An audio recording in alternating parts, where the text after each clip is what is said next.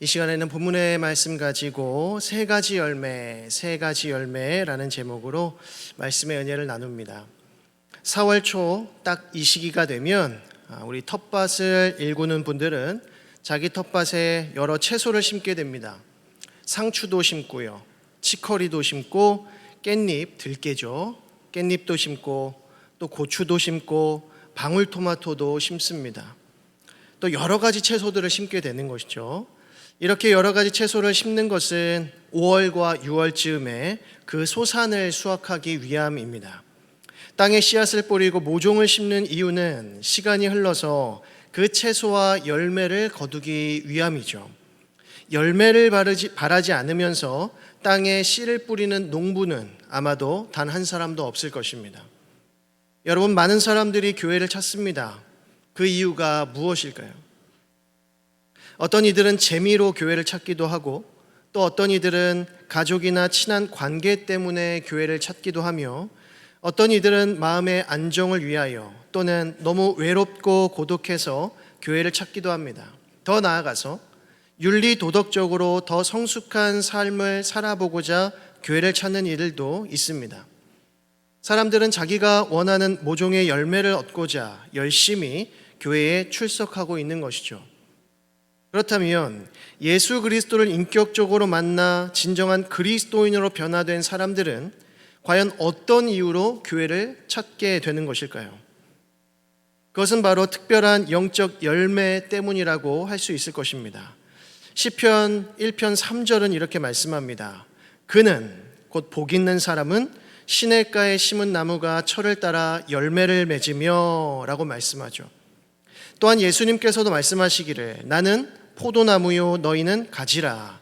그가 내 안에 내가 그 안에 거하면 사람이 열매를 많이 맺나니 라고 합니다. 복 있는 사람, 즉 예수님의 참된 제자들은 주 안에서 그의 합당한 열매를 맺는 자임을 알 수가 있습니다. 그렇다면 참된 그리스도인들은 과연 어떠한 영적 열매를 맺고 또 맺어야 하는 것일까요? 오늘은 이 본문의 말씀을 통해서 세 가지의 관계 속에서 우리가 맺어야 할 세 가지의 열매에 대해서 상고해 보고자 합니다. 이 말씀을 통하여 우리 사랑하는 여전도의 모든 회원들 뿐만 아니라 이 자리에서 함께 예배하는 우리 모든 성도들의 삶 가운데 이 세 가지의 열매가 풍성하게 맺히기를 주님의 이름으로 간절히 축원드립니다. 먼저 우리 그리스도인들은 하나님과의 관계 속에서 구원의 열매를 맺어야 합니다. 구원의 열매는 오직 하나님과의 친밀한 관계 속에서만 결실하게 됩니다. 사무엘서에 등장하는 한나는 하나님께 매우 애통해하며 아들을 주시기를 간절히 간구했습니다. 그러나 그녀가 진심으로 원했던 것은 아들이 아니었습니다. 한나가 간절히 원했던 것은 바로 하나님과의 친밀한 관계였습니다. 당시에는 한 여인이 아이를 갖지 못하는 것은 하나님께 저주를 받아 버림당했기 때문이다 라고 하는 통념이 있었습니다. 바로 그것이 이 한나를 매우 슬프게 한 것이죠. 그래서 그녀는 아이를 통하여 자신이 하나님께 버림받은 것이 결코 아님을 증명하고 싶었던 것입니다. 만약 아들을 갖는 것이 목적이었다면 한나는 그토록 어렵게 얻은 사무엘을 하나님께 드리지 못했을 것입니다. 하나님은 자기를 찾는 자에게 반드시 은혜를 베푸시는 분이십니다. 따라서 하나님을 찾는 자는 하나님을 만날 것이며 하나님을 만난 자들은 반드시 구원을 선물로 받습니다. 그런 의미에서 한나에게 있어서 아들 사무엘은 기도의 응답이었을 뿐만 아니라 곧 구원의 확증이 된 것입니다. 하나님과의 관계 속에서 온전히 맺힌 구원의 열매였다는 것이죠. 하나님은 구약의 백성들에게 자신의 이름을 여호와라고 알리셨습니다. 여호와라고 하는 이름의 뜻은 자기 백성을 구원할 자라는 뜻입니다.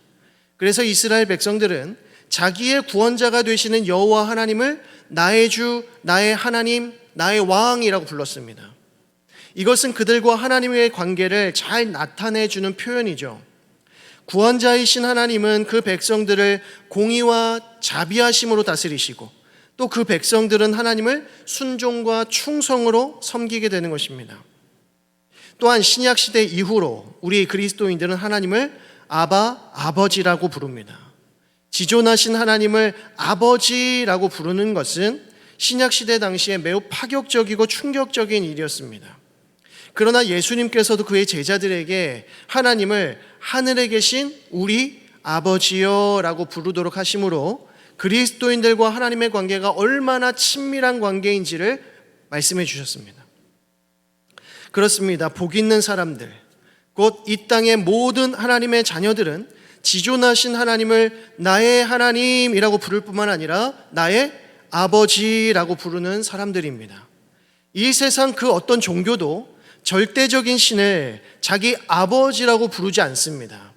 그럴 수가 없습니다. 세상 종교에서 신은 인간과 인격적인 관계를 맺지 않으며 친밀한 관계로 발전하지 않습니다. 그저 절대적인 자리에서 인간의 행위와 공로를 판단하면서 세상적인 복을 주거나 화를 주거나 둘 중에 하나일 뿐입니다. 그러나 성경은 하나님을 믿는 자들과 하나님의 그 관계를 아버지와 아들의 관계로 정립합니다. 그리고 이 인격적인 관계를 가리켜서 구원이라고 말합니다. 그러나 세상 사람들과 심지어 스스로 그리스도인이라고 자처하는 사람들조차도 성경이 말씀하고 있는 이 구원의 개념을 심각하게 오해합니다. 그들은 구원을 단순히 죽어서 천국 가는 것 정도로 이해하고 있는 것이죠. 물론 모든 그리스도인들은 죽어서 천국에 들어갈 것입니다. 그러나 그것은 구원의 전부가 아닙니다.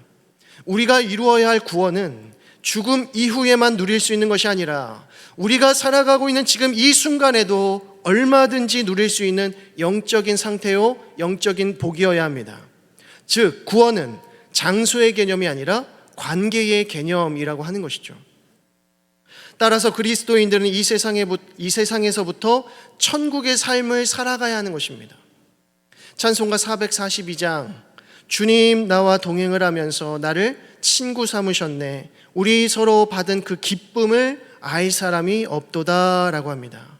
주님과 동행하며 사는 인생, 그로 말미암아 우리에게 주어지는 그 영적인 기쁨이 바로 구원의 기쁨이요 천국의 기쁨이라고 하는 것입니다. 이 놀라운 구원의 기쁨을 바로 지금 이 세상에서 풍성히 누릴 수 있는 저와 여러분 되기를 간절히 소망합니다. 하나님께서는 저와 여러분들을 이 놀라운 구원의 길로 초대하고 계신다는 것이죠. 이 세상에 살면서 하나님 없이 불행한 삶, 또 고통스러운 삶, 참된 평안과 안식이 없는 삶을 살지 말고 하나님 안에서 참된 기쁨과 평안을 누리라 라고 말씀하십니다. 그래서 이사야 55장 1절은 이렇게 말씀합니다. 오호라 너희 모든 목마른 자들아 물로 나아오라. 돈 없는 자도 오라. 너희는 와서 사 먹되 돈 없이 값 없이 와서 포도주와 젖을 사라. 하나님은 하나님 없이 불행한 삶을 사는 이들에게 이리 와서 사 먹되 돈 없이 값 없이 와서 참된 양식을 얻으라고 말씀합니다. 여기서 우리가 주목해야 할 것은 그 참된 양식을 얻는 방식인데요, 그것은 하나님의 말씀을 듣는 것입니다. 우리의 구원은 오직 믿음으로 말미암으며 믿음은 오직 들음에서 난다라고 말씀합니다. 우리가 하나님의 말씀을 듣는 것은 곧 하나님을 영접하는 일이 되는 것입니다. 우리가 주의 말씀을 들을 때 무슨 일이 일어나게 될까요? 본문 9절 하반절은 이렇게 말씀합니다.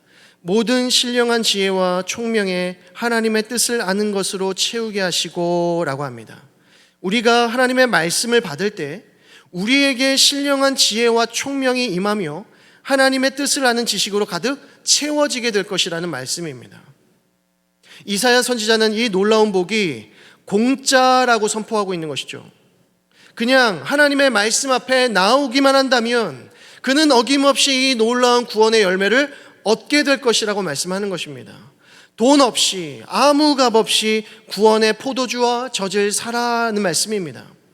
우리 사랑하는 여전도의 회원들과 우리 모든 성도들에게 하나님 말씀 앞으로 나아가는 은혜가 가득하기를 소망합니다.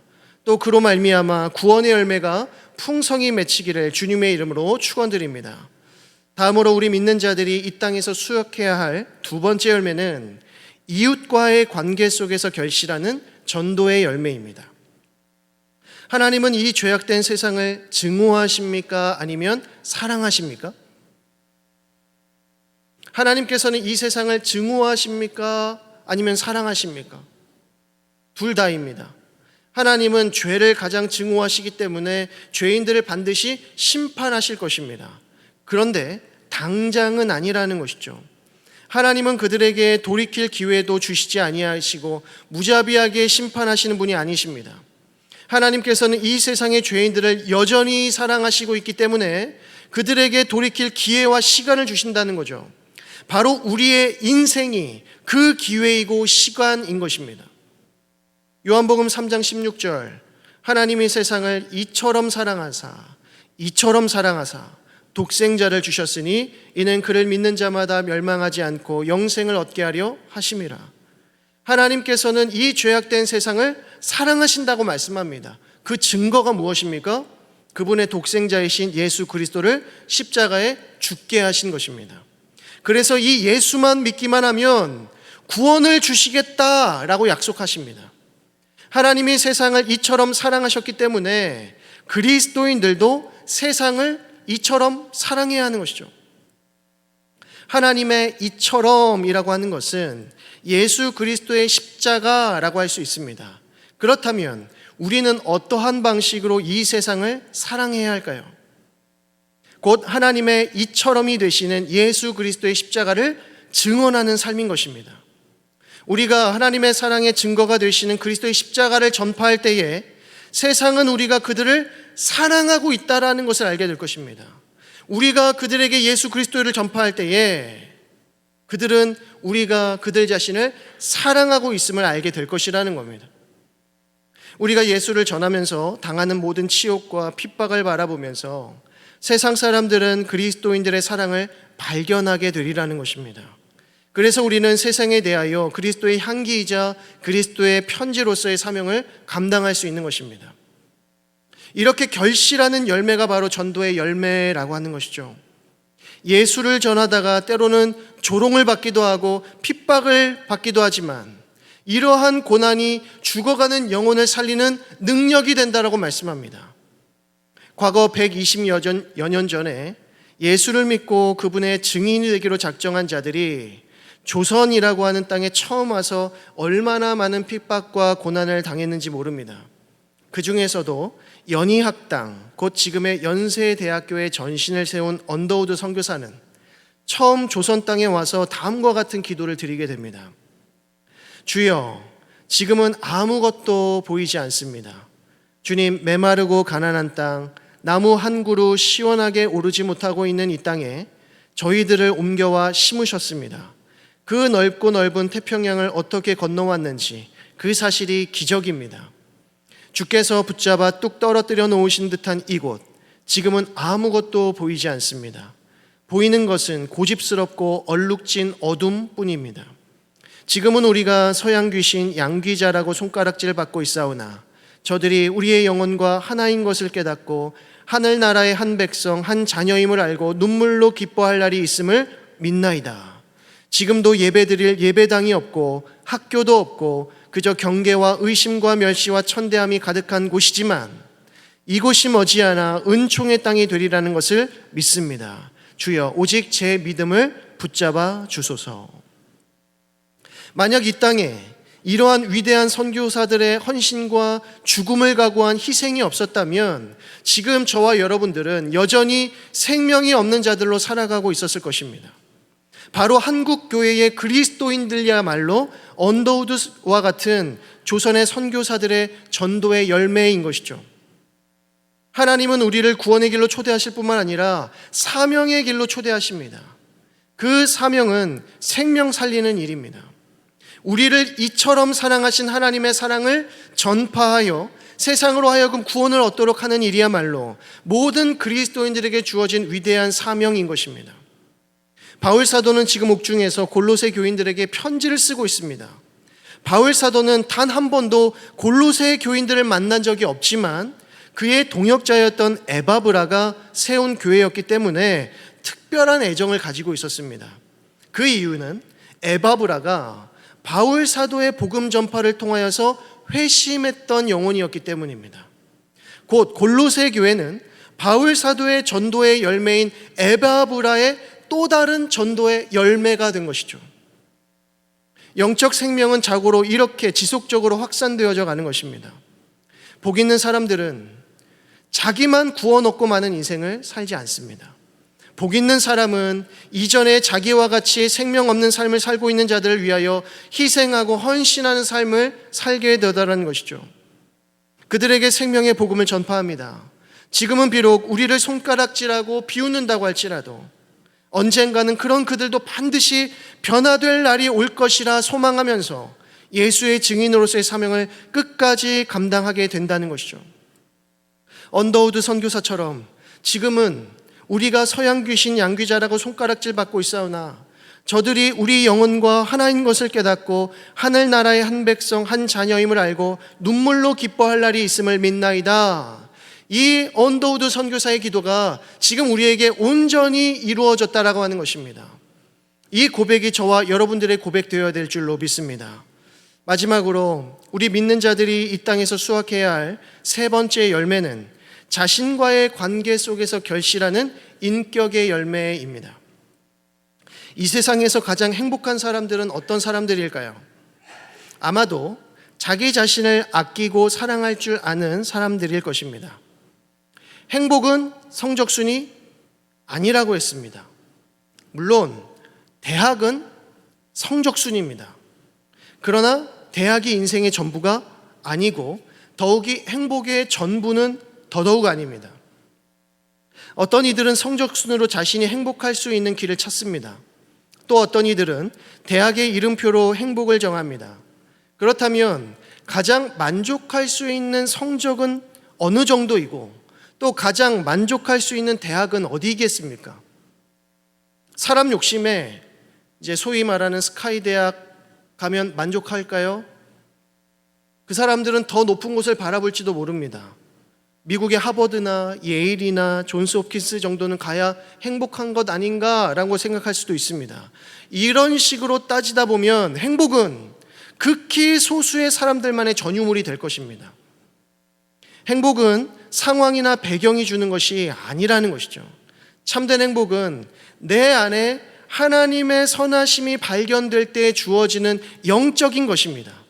특히 자신의 변화된 인격이 자기 자신을 매우 행복하게 하더라는 것이죠. 운전하시는 분들은 잘 아실 겁니다. 내 안에 선한 것이 하나도 없다는 것을 알게 됩니다. 양보하면서 가도 되고 조금 늦게 가도 되고 좀 여유 있게 가도 되지 않습니까? 그러면 더 기분 좋은 운전이 될 수 있고 그로 인해서 행복해질 수 있을 것입니다. 화가 나더라도 조금만 더 참고 인내하면서 배려할 수 있으면 스스로 얼마나 뿌듯하고 만족스럽겠습니까? 잘했어. 혼자 칭찬할 수 있다는 것입니다. 그런데 제 친한 동생 중에 한 친구는 20살 초반에 운전대만 잡으면 레이서로 돌변하는 친구가 있었습니다. 지금은 그렇지 않지만 한창 때에는 그야말로 열정의 레이서가 따로 없습니다. 이 열정의 레이서에게는 자비란 존재하지 않죠. 오직 더 빠르게 도착하는 것만이 목적입니다. 그러니 자기 앞을 가로막거나 늦게 가는 차량들은 반드시 그의 욕을 먹어야 했습니다. 이러한 과격한 운전자 옆에 누가 함께 타려고 하겠습니까? 저 역시도 이 친구가 운전하는 그 차에는 전혀 안 타려고 했습니다. 걸어가면 걸어갔지. 그런데 이 친구가 나중에 과거에 잘못된 자기의 운전 습관에 대해서 뉘우치면서 이런 말을 하는 겁니다. 그때에는 자존감이 너무 낮았던 것 같아. 나의 자존감이 너무 낮았다는 것입니다. 즉 열등감이 과격 운전의 원인이었다라는 것을 깨달은 것이죠. 여러분, 자기 자신을 사랑할 줄 아는 사람들은 다른 사람들도 사랑할 줄 압니다. 자신을 존중하는 사람은 다른 이들을 자기만큼 존중하게 됩니다. 즉 스스로 진정한 행복을 누리며 사는 사람들은 그 행복을 다른 이들에게도 흘려보낼 줄 아는 해피 바이러스를 가지고 있더라는 것이죠. 이 해피 바이러스가 무엇일까요? 바로 하나님의 선하심입니다. 우리 안에 하나님의 선하심이 있는 사람들은 다른 이들에게도 그 하나님의 선하심을 흘려보내는 인생을 살아가게 된다는 것이죠. 바로 이것 때문에 우리는 인격의 열매를 맺어야 하는 것입니다. 나의 인격을 통하여서, 나의 기질을 통하여서, 나의 삶을 통하여서 다른 사람들을 기쁘게 할 수 있는 것, 이것이 바로 인격의 열매라고 하는 것입니다. 자신의 불완전하고 또 부족한 인격으로 인하여서 얼마나 많은 사람들이 괴로워하고 슬퍼했습니까? 저와 여러분들이 얼마나 많은 사람들에게 상처를 주면서 살아왔습니까? 우리의 부족한 인격의 가장 큰 피해자가 누구입니까? 바로 우리가 가장 사랑하는 가족들 아닙니까? 나의 부족하고 연약한 인격이 나의 가장 소중한 것들을 무너뜨리게 된다는 것입니다. 우리가 그리스도인임을 포기할 수 없는 이유가 바로 이것 때문입니다. 우리는 여전히 부족한 인격을 가지고 있지만 10년 전의 내 모습과 지금의 나를 비교해 보면 그래도 많이 성숙하고 성장해 있는 내 자신을 발견하게 됩니다. 그것이 우리를 매우 기쁘게 하더라는 것이죠. 더욱이 나로 인하여 기쁨을 얻고 편안함을 얻고 위로를 얻고 힘을 얻는 사람들을 보게 되면 얼마나 행복한지 모릅니다. 이것이 바로 예수 그리스도 때문에 일어난 변화라는 것입니다. 예수님이 아니었다면 우리는 여전히 내 욕심과 내 욕망대로 살면서 불행한 인생을 보내고 있을 것입니다. 수많은 사람들에게 상처를 주며 살아가고 있을 것입니다. 사람은 자고로 자기가 가장 사랑하는 사람을 닮아간다고 합니다. 그러면 우리는 그 누구보다도 예수님을 닮아야 할 것입니다. 갈라디아서 5장 22절과 23절, 오직 성령의 열매는 사랑과 희락과 화평과 오래 참음과 자비와 양성과 충성과 온유와 절제니 이 같은 것을 금지할 법이 없느니라. 여기서 성령의 열매라는 것은 곧 인격의 열매를 가리킵니다. 예수님의 인격이 꼭 이러하셨다는 것이죠. 우리가 예수님을 믿는다면 예수님의 영이신 성령이 우리 속에 임하셔서 우리의 인격을 예수님처럼 변화시켜 갈 것입니다. 성령의 9가지의 열매를 풍성하게 맺는 인생을 살게 하실 것이라는 거죠. 하나님은 우리를 구원의 길, 또 사명의 길로 초청하실 뿐만 아니라 성숙의 길로 초대하고 계십니다. 자라지 않는 나무는 죽은 나무입니다. 더 이상 자라지 않는 아이는 큰 문제가 있는 것입니다. 마찬가지로 인격이 더욱 성숙해지지 못하는 그리스도인은 그 영혼에 심각한 문제가 있는 것이며 그 영혼이 죽어가고 있는 것입니다. 왜냐하면 그는 그리스도를 닮기를 원하지 않으며 성령의 9가지 열매를 맺기를 원치 않기 때문입니다. 바울 사도는 본문 11절을 통해서 이렇게 기도합니다. 그의 영광의 힘을 따라 모든 능력으로 능하게 하시며 기쁨으로 모든 견딤과 오래 참음에 이르게 하시고, 바울 사도는 골로새 교인들이 기쁨을 가지고 모든 견딤과 오래 참음에 이르기를 기도하고 있습니다. 그래서 우리 자신뿐만 아니라 다른 사람들에게도 자신의 성숙한 인격을 통하여 기쁨을 주고 평안을 주며 이해와 공감을 줄 수 있는 자로 세워지라고 권면하고 있는 것입니다. 여러분들은 여러분들의 자녀들이 어떤 사람으로 성장하기를 바랍니까? 자녀의 인격과 성품이 시간이 갈수록 성숙해지고 아름다워지기를 바랄 것입니다. 그것이 부모의 마음입니다. 혼자 다 차지하려고 하는 욕심쟁이가 아니라 콩 한 쪽이라도 나누어 먹으려고 하는 착한 마음을 가졌으면 하는 것. 화가 나더라도 또 짜증나는 일이 있더라도 너그럽게 이해해주고 또 넘어갈 줄 아는 넓은 아량을 좀 가졌으면 좋겠는 것. 자기 자신만을 주장하는 이기적인 아이가 아니라 다른 사람들도 생각해 줄 줄 아는 깊은 마음을 가졌으면 좋겠는 것. 그것이 바로 부모의 마음일 것입니다. 그런데 이 마음이 바로 우리 주 예수 그리스도의 마음이라고 하는 것이죠. 바로 하나님 아버지의 마음이라고 하는 것입니다. 말씀을 맺겠습니다. 한 농부가 과수원에 포도나무를 심었습니다. 그 포도나무는 아주 비싼 가격의 극상품 포도나무였습니다. 이 포도나무에 튼실한 극상품 포도가 맺힐 것을 꿈꾸면서 하루하루 힘들 줄도 모르고 포도나무를 관리하고 보살폈습니다. 그리고 시간이 흐른 뒤에 그 나무에 드디어 포도가 열리기 시작합니다. 그런데 웬일입니까? 극상품 포도가 아니라 억세고 강한 신맛만 나는 들포도가 맺히는 것입니다. 이러면 농부의 마음이 어떻겠습니까? 아주 크게 실망할 것입니다. 그래서 큰 실망감으로 인하여 분노하여서 그 포도나무를 뽑아서 불에 던진다는 것이죠. 이사야 5장 2절은 이렇게 말씀합니다. 땅을 파서 돌을 제하고 극상품 포도나무를 심었도다. 그 중에 망대를 세웠고 또 그 안에 술투를 팠도다. 좋은 포도 맺기를 바랬더니 들포도를 맺었도다. 그리고 이사야 5장 4절은 이렇게 말씀합니다. 내가 내 포도원을 위하여 행한 것 외에 무엇을 더할 것이 있으랴. 내가 좋은 포도 맺기를 기다렸거늘 들포도를 맺음은 어찌 됨인고. 하나님은 우리를 가리켜서 극상품 포도나무라고 하십니다. 그런데 이 극상품 포도나무가 이 세상을 살아가면서 극상품 포도 맺기를 거부하고 아무짝에도 쓸데없는 들포도를 맺는다면 얼마나 속상하시겠습니까? 사랑하는 여전도의 회원들과 우리 성도 여러분, 저와 여러분들은 우리의 위대한 농부가 되시는 하나님 아버지께서 이 땅에 심으신 극상품 포도나무인 것을 기억하실 수 있기를 바랍니다. 주님 부르실 그날까지 구원의 열매, 전도의 열매, 인격의 열매를 풍성히 맺어갈 수 있기를 소망합니다. 그리하여 우리의 열매 맺는 삶을 통하여서 하나님께 영광을 올려드리고 또 사람들에게 큰 기쁨을 줄 수 있는 복 있는 사람, 복 있는 성도들 되시기를 주님의 이름으로 간절히 축원드립니다. 기도하겠습니다. 하나님 아버지, 이 오후의 시간에도 저희들 귀하고 복된 예배의 자리로 불러 모아주시고 여전도의 헌신 예배로 드리게 하심을 감사드립니다.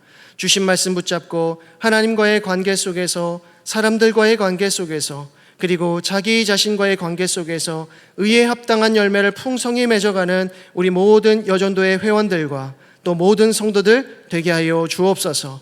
믿음으로 결실하는 성령의 열매들을 통하여 우리의 삶에 감사함과 만족함과 영적 기쁨이 충만하게 하여 주옵소서. 여전도의 회원들의 가정 가운데 늘 평안이 넘치게 하시고 저들이 기도하고 섬기는 곳곳마다 웃음과 행복이 가득하여 또 하나님께 영광 올려드릴 수 있도록 인도하여 주옵소서. 감사와 찬양을 올려드리오며 예수 그리스도의 이름으로 기도드립니다. 아멘.